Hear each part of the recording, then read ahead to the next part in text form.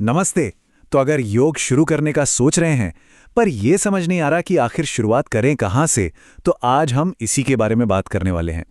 हम शुरुआती लोगों के लिए बनाए गए एक बहुत ही सौम्य, एक जेंटल योग सीक्वेंस को समझेंगे, हर एक मूवमेंट को देखेंगे और सबसे जरूरी सेफ्टी पर ध्यान देंगे। तो चलिए शुरू करते हैं। और देखिए, यही इस पूरी प्रैक्टिस का मूल मंत्र है। योग कोई परफॉर्मेंस नहीं है, ये एक प्रैक्टिस है, खासकर तब जब हम अपने शरीर का ध्यान रख रहे हों। यहां परफेक्ट होना जरूरी नहीं है, जरूरी है कोशिश करते रहना।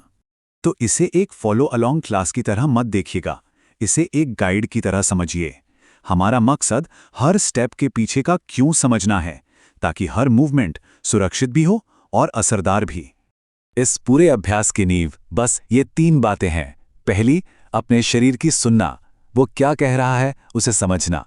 दूसरी, कोमलता, मतलब खुद के साथ जबरदस्ती नहीं करनी है। और तीसरी, बदलाव करना, मतलब अपनी जरूरत के हिसाब से पोज को थोड़ा बहुत एडजस्ट करना। तो हमारे सीक्वेंस का पहला हिस्सा जमीन से जुड़ने यानी ग्राउंडिंग पर फोकस करेगा। इसमें हम वो आसन करेंगे जो पीठ के बल लेटकर किए जाते हैं। ऐसा इसलिए क्योंकि इससे हमें जमीन का पूरा सपोर्ट मिलता है और शरीर सुरक्षित और स्थिर महसूस करता है। तो पहली मूवमेंट है घुटनों को छाती की तरफ लाना। यहां ध्यान देने वाली बात यह है कि इसे जोर से खींचना या दबाना नहीं है, बस धीरे धीरे घुटनों को पास आने देना है और अपने कंधों और कोहनियों को एकदम ढीला, एकदम भारी छोड़ देना है। क्योंकि हर किसी की बॉडी अलग होती है ना, तो इस आसन को करने के कुछ ऑप्शंस भी हैं। आप चाहें तो धीरे धीरे साइड टू साइड रॉक कर सकते हैं, जिससे लोअर बैक की हल्की सी मसाज होती है, या फिर हथेलियों से घुटनों पर छोटे छोटे सर्कल बना सकते हैं। ये अपने शरीर से जुड़ने का एक बहुत अच्छा तरीका है। अगली मूवमेंट है पेल्विक रॉक, और ये एक बहुत ही आरामदायक गति है।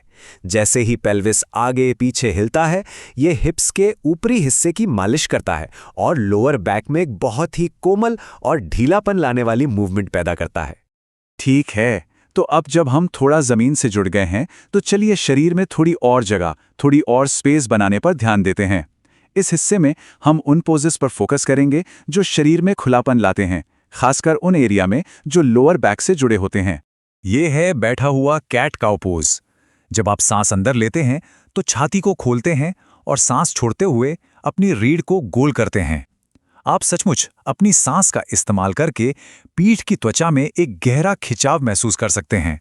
अब यहाँ एक बहुत ही जरूरी सवाल आता है। आखिर एक लंज, जो कि एक स्ट्रेचिंग पोज है, उसका लोअर बैक के आराम से क्या लेना देना हो सकता है? इसका जवाब हमारे शरीर के अंदर छिपा है। इसका जवाब है एक मसल में, जिसका नाम है सोआस।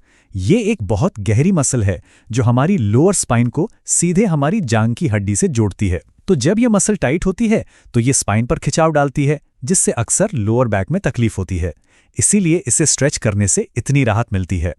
तो इसी सोआस मसल पर काम करने के लिए ये जेंटल लंज डिजाइन किया गया है। इसमें पैर को थोड़ा बाहर की तरफ रखते हैं और दोनों हाथ अंदर की तरफ होते हैं। फिर पिछले घुटने को धीरे धीरे पीछे ले जाकर कूल्हे के अगले हिस्से में वो खिंचाव महसूस किया जाता है। यहां पर सेफ्टी सबसे जरूरी है। अगर जमीन तक पहुंचना मुश्किल लग रहा है तो हाथों के नीचे कोई ब्लॉक या मोटी किताब रख सकते हैं। इससे जमीन थोड़ी ऊपर आ जाती है और पोज आसान हो जाता है। याद रखिए, मकसद कूल्हे के आगे के हिस्से को खोलना है, शरीर पर जोर डालना नहीं। अब हम एक ऐसे नियम की बात करेंगे जो एक बहुत ही कॉमन लेकिन अक्सर गलत समझे जाने वाले पोज के लिए बेहद जरूरी है, और वो पोज है फॉरवर्ड फोल्ड, यानी आगे की ओर झुकना। आगे बढ़ने से पहले इस आसन का सिर्फ एक सबसे जरूरी नियम है। यह इतना जरूरी है कि इसे बिल्कुल भी नजरअंदाज नहीं किया जा सकता। और वो नियम है, हमेशा अपने घुटने मोड़कर रखें। जी हाँ, इस पर इतना जोर इसलिए है क्योंकि टांगों को सीधा करने की कोशिश में हम अक्सर लोअर बैक पर बहुत ज्यादा तनाव डाल देते हैं, और हमें ठीक इसी चीज से बचना है। इसका मतलब यह है कि इस पोज का पूरा फोकस ही बदल जाता है। अब लक्ष्य टांगों को सीधा करना या जमीन को छूना नहीं है। असली लक्ष्य है घुटनों को मोड़ना, पैरों को मजबूती से जमीन पर महसूस करना और लोअर बैक से तनाव हटाकर वहां खुलापन यानी स्पेस लाना। तो चलिए, अब हम अपने सीक्वेंस के आखिरी पड़ाव पर आ गए हैं। ये हिस्सा शरीर को ढीला छोड़ने, आराम देने और जो कुछ भी हमने किया है उसके फायदों को महसूस करने के बारे में है। यहां हम 2 तरह के ट्विस्ट में फर्क देख सकते हैं।